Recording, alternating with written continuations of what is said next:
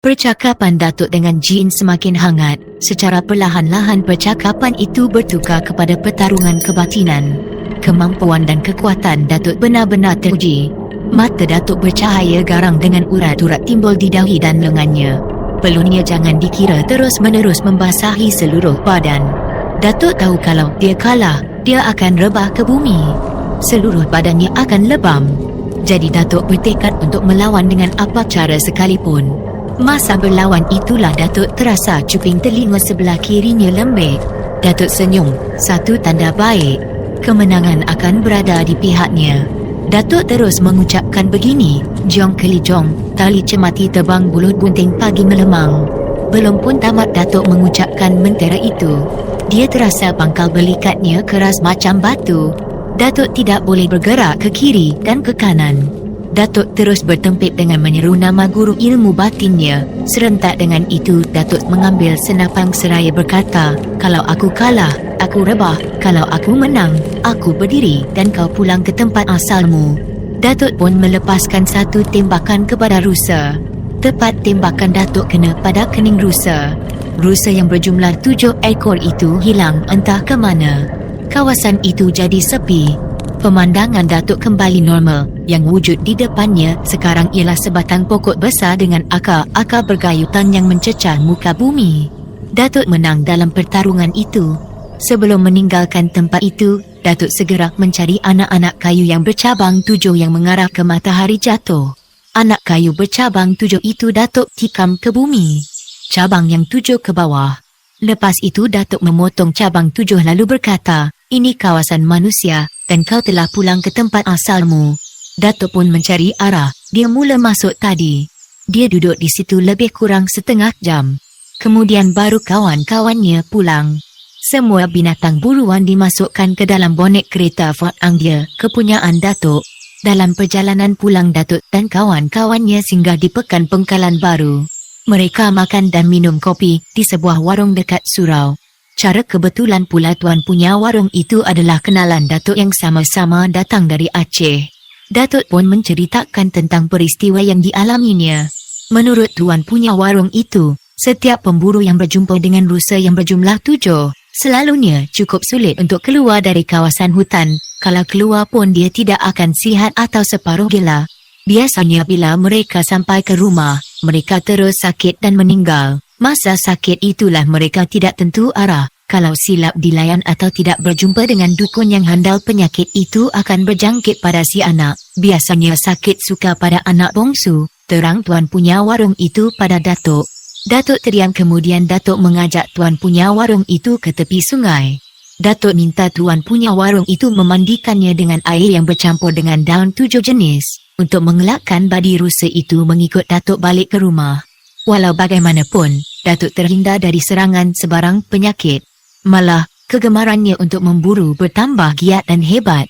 Asal terdengar saja padanya ada kawasan terdapat landak, kancil atau kijang, Datuk tidak akan melepaskan peluang untuk memburu. Kalau tidak dapat waktu siang, dia akan pergi waktu malam. Memburu adalah suatu kerja yang amat dicintai oleh Datuk.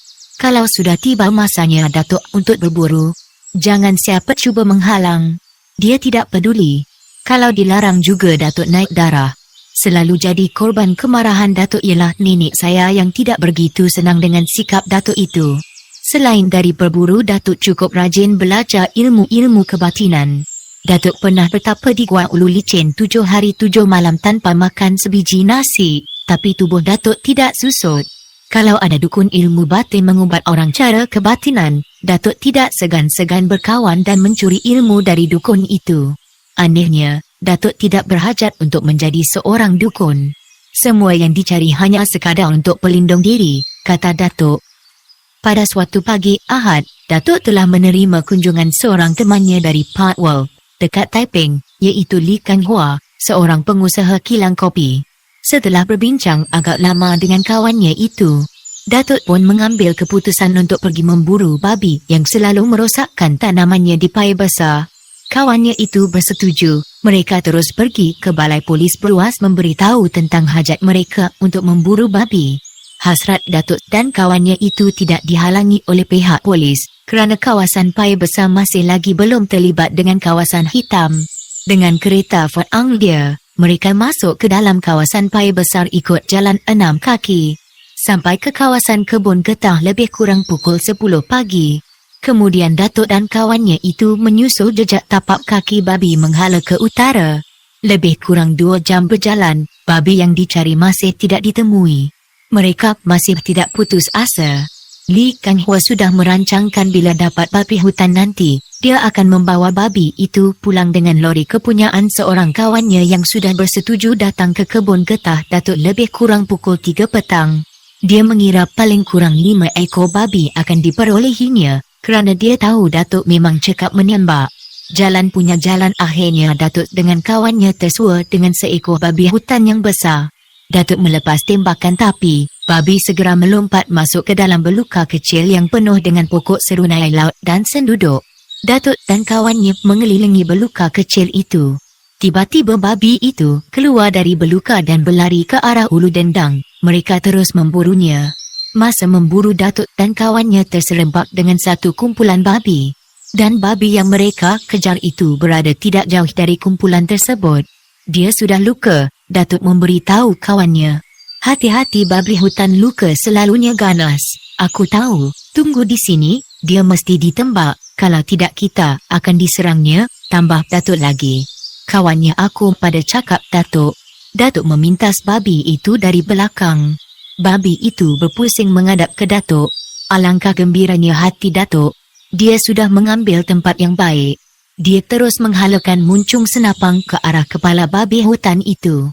Macam selalu sasaran yang dipilih oleh Datuk ialah pada kening setiap binatang buruannya. Bila pemetik senapang mahu ditarik, babi itu memusingkan tubuhnya lalu masuk ke hutan sebelah kiri.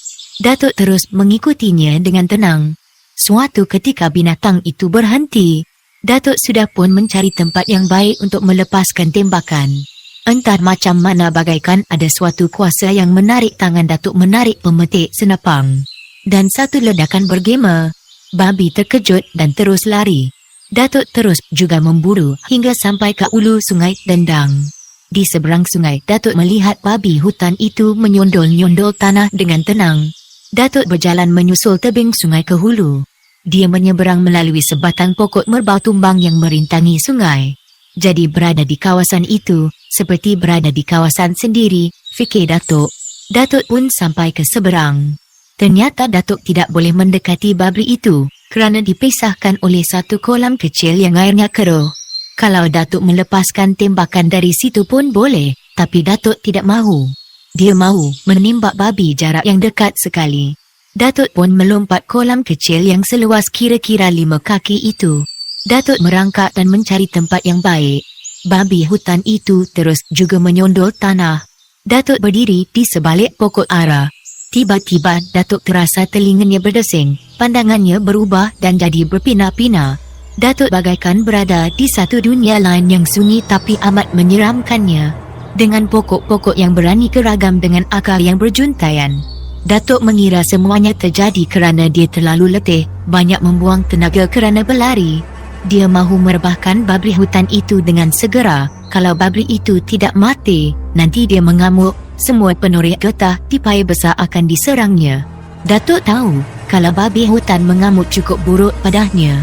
Datuk melihat babi hutan itu menyondol tanah di pangkal pokok besar. Datuk meletakkan buntut senapang di bahu. Dengan hati-hati dia pun menarik pemetik senapang. Datuk jadi gawat sekali. Senapang itu tidak berbunyi dan babi hutan terus menyelinap ke balik pokok besar. Dari celah pokok besar itu muncul seorang wanita yang sungguh cantik. Dia mahu mendekati Datuk dan mengatakan bahawa babi itu berada tidak jauh daripada pohon itu. Dia suruh Datuk memburunya dan Datuk sudah tahu dia terperangkap lagi. Wanita di hadapan Datuk terus bercakap dengan manjanya.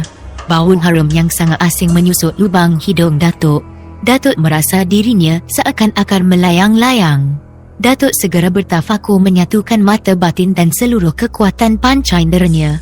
Dia terasa ada sesuatu kuasa yang menyuruh dia ke seberang sungai. Datuk menentang kuasa itu dengan penuh keyakinan. Kali ini Datuk terasa dia mula tewas. Dia terdengar suara perempuan cantik itu ketawa.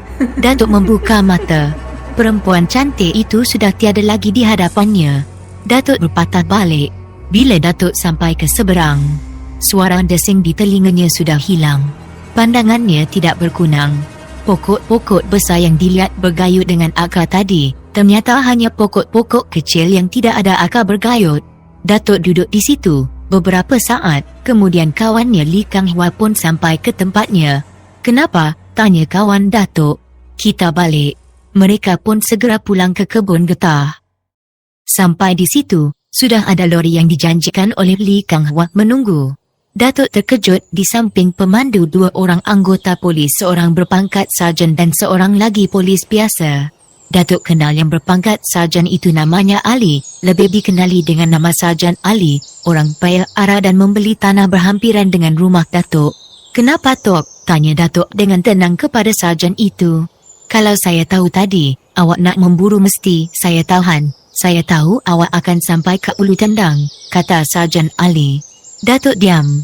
Kemudian Sarjan Ali terus menyoal Datuk, kalau Datuk mengalami perkara ganjil semasa berburu. Datuk bercerita apa yang dialaminya tadi. "Saya dah duga kawasan itu keras ada penunggunya. Banyak orang yang berburu ke situ tidak pulang. Sebulan dulu Cina dari setiawan hilang hai entah ke mana berburu di situ. Bila dikesan cuma jumpa kain dan rangka sahaja yang tinggal," sambung Sarjan Ali. Meremang bulu roma Datuk mendengarnya. Kemudian Datuk dan kawannya ke jalan besar, terus pulang ke rumah. Penerangan yang diberikan oleh Sarjan Ali itu membuat Datuk ingin lagi sekali pergi berburu di daerah itu. Walau bagaimanapun hasrat itu dibatalkan oleh Datuk sesudah dia menemui seorang tua di kampung Cangkat Berangan. Orang itu berkata pada Datuk begini, "Jangan pergi. Kalau kau menerima cakap perempuan itu yang menyuruh kau mencari babri itu, kau akan hilang entah ke mana. Saya nak jumpa juga. Tambahkan lagi ilmu pendinding diri untuk kau," kata orang tua itu. Namanya Tok Aki Simbang. Waktu mudanya dia seorang pendekar, malah pernah terlibat dalam peperangan Larut. Dia adalah orang kuat Long Jafar. Datuk pun belajar lagi beberapa ilmu kebatinan dengan Tok Aki Simbang. Orang tua itu pun mencurahkan ilmunya pada Datuk. Dan Datuk memang pun berazam untuk menemui perempuan cantik itu.